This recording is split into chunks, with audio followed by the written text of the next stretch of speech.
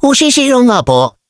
့တောင်တန်းတွေဝိုင်းရန်ထားတဲ့ရွာငယ်လေးတစ်ရွာမှာမာကိုလို့ခေါ်တဲ့အသက်24နှစ်အရွယ်လူငယ်လေးတစ်ယောက်ရှိခဲ့တယ်။မာကိုဟာစိတ်အေးချမ်းမှုမရှိဘဲအမြဲတမ်းကြောက်ကြက်ဖြစ်နေတတ်တဲ့သူပေါ့။သူ့ရဲ့ခေါင်းထဲမှာတော့တနေ့လုံးအတွေးမျိုးစုံနဲ့ပြင်းနေနေပြီးအဲ့ဒီအတွေးတွေကပဲသူ့ကိုစိတ်မသက်မတာနဲ့ပင်ပန်းနွမ်းနေစေခဲ့ပါတယ်။အတိတ်ကကိစ္စတွေကိုတွေးပြီးဝမ်းနည်းနေသလိုအနာဂတ်အတွက်လည်းအမြဲတမ်းစိုးရိမ်ပူပန်နေခဲ့တာပါ။အဲ့ဒီအတွေးတွေကြောင့်သူ့ရဲ့စိတ်ဟာမုန်တိုင်းထန်နေသလိုပဲလုံးဝမတည်ငြိမ်နိုင်ခဲ့ဘူး။သူဟာကောင်းကောင်းနဲ့အိမ်မပြောတော့သလိုဘလို့ပြုံးရမလဲဆိုတာကိုတော့မေ့လျော့နေခဲ့ပါပြီ။ဒီနေ့မှာတော့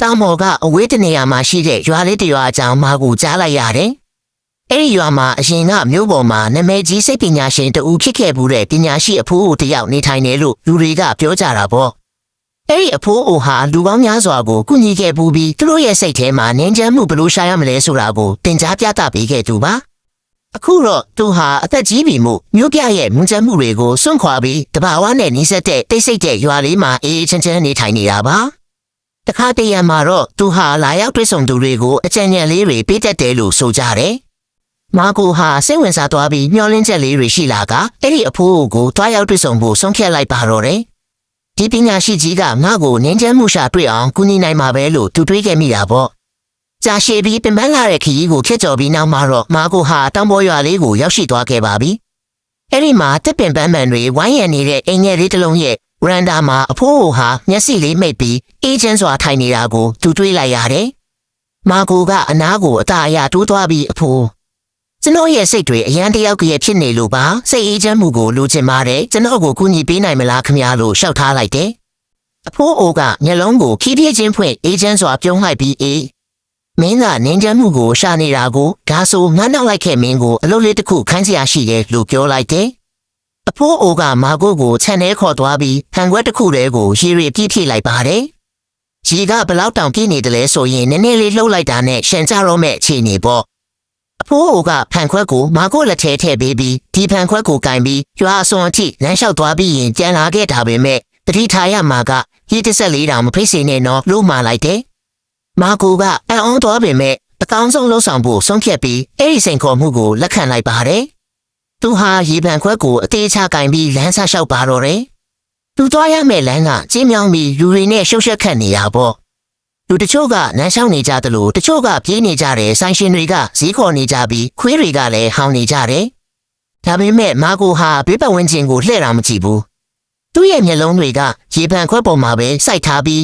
တလန်းချင်းစီကိုအသေးချာဂယုစိုက်လျှောက်ခဲ့တယ်။မိကလူတွေကသူ့ကိုအံ့ဩတကြီးကြည့်နေကြပေမဲ့ဘသူကမှသူ့ကိုမနှောက်ယှက်ခဲ့ကြပါဘူး။မာကိုဟာတခုခုကိုအရေးတကြီးတင်ယူနေတယ်ဆိုတာသူတို့သိနေကြလို့လေ။နောက်ဆုံးမှာတော့မာကိုဟာအဖိုးအိုစီကိုပြန်ရောက်လာပြီးအဖိုးကျွန်တော်လုံနိုင်ခဲ့ပြီးရေတစ်စက်တောင်မဖိတ်ခဲ့ပါဘူးလို့ဝမ်းသာအားရပြောလိုက်တယ်။အဖိုးအိုကခေါင်းရည်ပြုံးပြပြီးတော်တယ်။ဒါဆိုမင်းလန်းမှာကလေးတွေကစားနေတာတွေးခဲ့သလားခွေးဟောင်တန်းတွေကိုကြားခဲ့ရလားလို့မေးလိုက်တယ်။မာကိုကအံ့ဩတကြီးနဲ့ဟင့်အင်းကျွန်တော်ဘာမှလည်းမမြင်ခဲ့ပါတမ်းမှလည်းမကြားခဲ့မိပါဘူးလို့ပြန်ဖြေလိုက်ပါတော့တယ်။ကျွန်တော်ဟာဖန်ခွက်ကိုပဲအာယုံစိုက်နေခဲ့မိတာပါလို့သူကဆိုပါတယ်။အဖိုးကပြုံးလိုက်ပြီးအဲ့ဒါဟာမင်းရဲ့အတွင်းစိတ်ထဲမှာအမြဲတမ်းရှိနေခဲ့တဲ့ပြုတ်ဝက်ချက်တစ်ခုပဲလို့ညင်သားစွာပြောလိုက်တယ်။ဒါပေမဲ့မင်းကိုယ်တိုင်အဲ့ဒါကိုမသိခဲ့ဘူးလေ။မင်းရဲ့စိတ်ဟာလက်ရှိပစ္စုပန်တဲမှာပဲရှိနေတဲ့အခါကြောက်ရွံ့မှုတွေအတွက်နေရာမရှိတော့ဘူး။ရှုပ်ထွေးမှုတွေရောအပိုအတွေးတွေရောမရှိတော့ဘူးပေါ့။မင်းဟာဖန်ခွက်ထဲကရေကိုပဲအာယုံစိုက်နေခဲ့တဲ့အချိန်မှာမင်းရဲ့စိတ်ဟာလုံးဝကိုငြိမ်သက်သွားခဲ့တာ။မင်းတဲ့အတွက်လည်းဝမ်းမနေခဲ့သလိုအနာဂတ်အတွက်လည်းစိုးရိမ်မနေခဲ့ဘူး။မာကိုဟာသူ့ရှောက်ပွေးနေတဲ့ငြိမ်းချမ်းမှုဆိုတာဒါပါပဲလားဆိုတာကိုတဖြည်းဖြည်းနားလည်လာခဲ့ပါတယ်။ငြိမ်းချမ်းမှုဆိုတာအပြင်လောကမှာရှာဖွေရတဲ့အရာမဟုတ်ပဲကျွန်ုပ်တို့ရဲ့အတွင်းစိတ်ထဲမှာရှိနေပြီးသားအရာတစ်ခုပါ။လက်ရှိပစ္စုပန်မှာရှင်းတဲ့နေထိုင်တတ်တဲ့အခါအဲ့ဒီငြိမ်းချမ်းမှုကိုရရှိတာဖြစ်ပါတယ်။မာကိုဟာခေါင်းလေးငုံပြီးအဖိုးအခုတော့ကျွန်တော်နားလည်ပါပြီလို့တိုးလေးပြောလိုက်တယ်။